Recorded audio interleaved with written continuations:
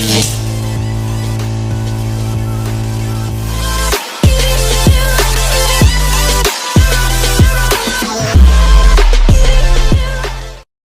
semuanya, kembali lagi bersama saya dengan Muhammad Albeterzani dari kelas 4 EB jurusan Teknik Elektro, prodi D3 Teknik Elektronika. Baiklah, saya di sini akan memberitahu apa itu CVR. CVR atau yang dikenal dengan Cardiopulmonary Resuscitation. Baiklah, apa itu CVR? CVR atau yang dikenal dengan Cardiopulmonary Resuscitation adalah tindakan pertolongan pertama pada orang yang mengalami henti napas dan detak jantung karena sebab-sebab tertentu. CVR itu bertujuan untuk membuka kembali jalan napas yang menyempit atau tertutup sama sekali. Teknik kompresi dada dan pemberian napas buatan untuk orang-orang yang detak jantung atau pernapasannya terhenti. Baiklah, saya di sini akan membahas beberapa yang penting-penting dalam CVR. Ada yang pertama itu seberapa penting CPR, yang kedua itu prinsip dasar CPR, yang ketiga bagaimana cara melakukan CVR, dan keempat hal yang perlu diperhatikan. Baiklah, saya akan membahas yang pertama, yaitu seberapa pentingkah CPR itu. CVR itu sangat penting sih bagi saat orang yang mengalami kecelakaan pada secara tiba-tiba, karena terhentinya aliran darah atau pernapasan bisa memicu kerusakan otak yang dapat mengakibatkan seseorang meninggal dalam hitungan 8-10 menit. Dengan pemberian CPR, aliran darah yang mengandung oksigen akan tetap tersalurkan ke otak dan seluruh tubuh hingga orang tersebut mendapatkan bantuan medis lebih lanjut.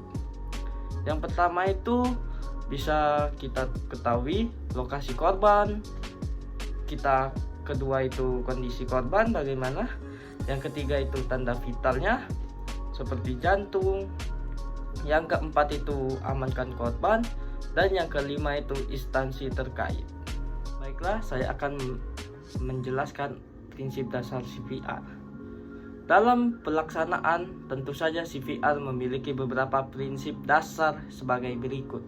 Yang pertama, danger, yaitu bahaya. Kedua, response atau kesadaran. Yang ketiga, shout for help atau berteriak. Yang keempat itu airway atau jalan napas.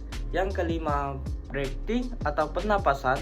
Yang keenam, circulation atau aliran darah. Baiklah, bisa dilihat secara berikut yang tahapan melakukan prinsip dasar CPR. Yang pertama itu danger, kedua response, yang ketiga shout for help, yang keempat airway, yang kelima breathing, yang keenam itu bisa disebut dengan menelpon instansi terkait atau menelpon bala bantuan seperti 911 atau yang di Indonesia itu 112. Yang terakhir itu circulation, aliran darahnya. Baiklah, kita akan melanjutkan dengan teknik RJP atau teknik resusitasi jantung paru. Yang pertama itu ada compression atau kompresi dada. Yang harus kita lakukan itu berikan penekanan pada dada sebanyak 30 kali, dan penekanan itu dengan kedalaman 5-6 cm saja. Berikutnya itu meletakkan tangan kiri di atas tangan kanan pada pertengahan dada di bawah tulang sternum atau dekat ulu hati. Yang kedua itu ada airway atau jalan napas, dengan cara menegakkan kepala korban untuk mempermudah jalannya pernapasan seperti pada di gambar. Yang ketiga itu ada breathing atau bantuan napas. Nah, breathing itu dengan cara memberikan bantuan napas sebanyak 2 kali saja. Setiap tiupan dilakukan selama 1 detik dan terlihat dada terangkat. Dan bisa juga kalau tidak mau secara langsung pakai mulut, itu bisa dengan cara pakai pipet. Nah, bisa dilihat kompresi jantung pada dewasa, anak, dan bayi. Pada dewasa itu berumur lebih dari 8 tahun, yang dimana kita kompresinya dengan tangan kiri di bawah dan tangan atasnya di kanan. Baiklah, berikutnya dengan anak-anak yang umurnya 1 tahun sampai 8 tahun. Kita hanya perlu kompresinya dengan satu tangan saja. Baiklah, yang berikutnya, bayi atau balita yang di bawah dari 1 tahun itu kompresinya dengan cara beberapa jari saja, seperti pada gambar di atas ini. Baiklah, selanjutnya kita akan menjelaskan tentang recovery position. Apa itu posisi pemulihan? Posisi ini dilakukan jika korban sudah bernapas dengan normal dan sirkulasinya sudah ada kuat. Posisi ini dilakukan untuk menjaga jalan napas tetap terbuka dan mengurangi resiko tersumbatnya jalan napas dan tersendat.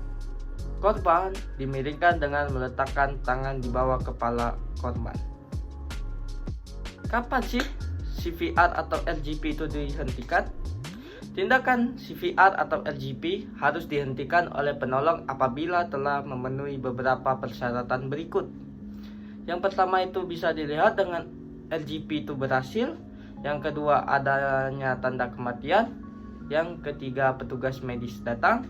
Dan yang terakhir itu penolong kelelahan. Ya, baiklah. Komplikasi RGP itu ada seperti di gambar di atas yang bisa kita lihat: patah tulang iga, distensi acromion, hemotorak, luka pada hati, pneumotorak. Baiklah, sekian dari saya penjelasan tentang apa itu CPR, dan nantikan terus video selanjutnya di YouTube channel ini. Dan kepada semuanya, saya pamit undur diri. Baiklah, sekian, terima kasih.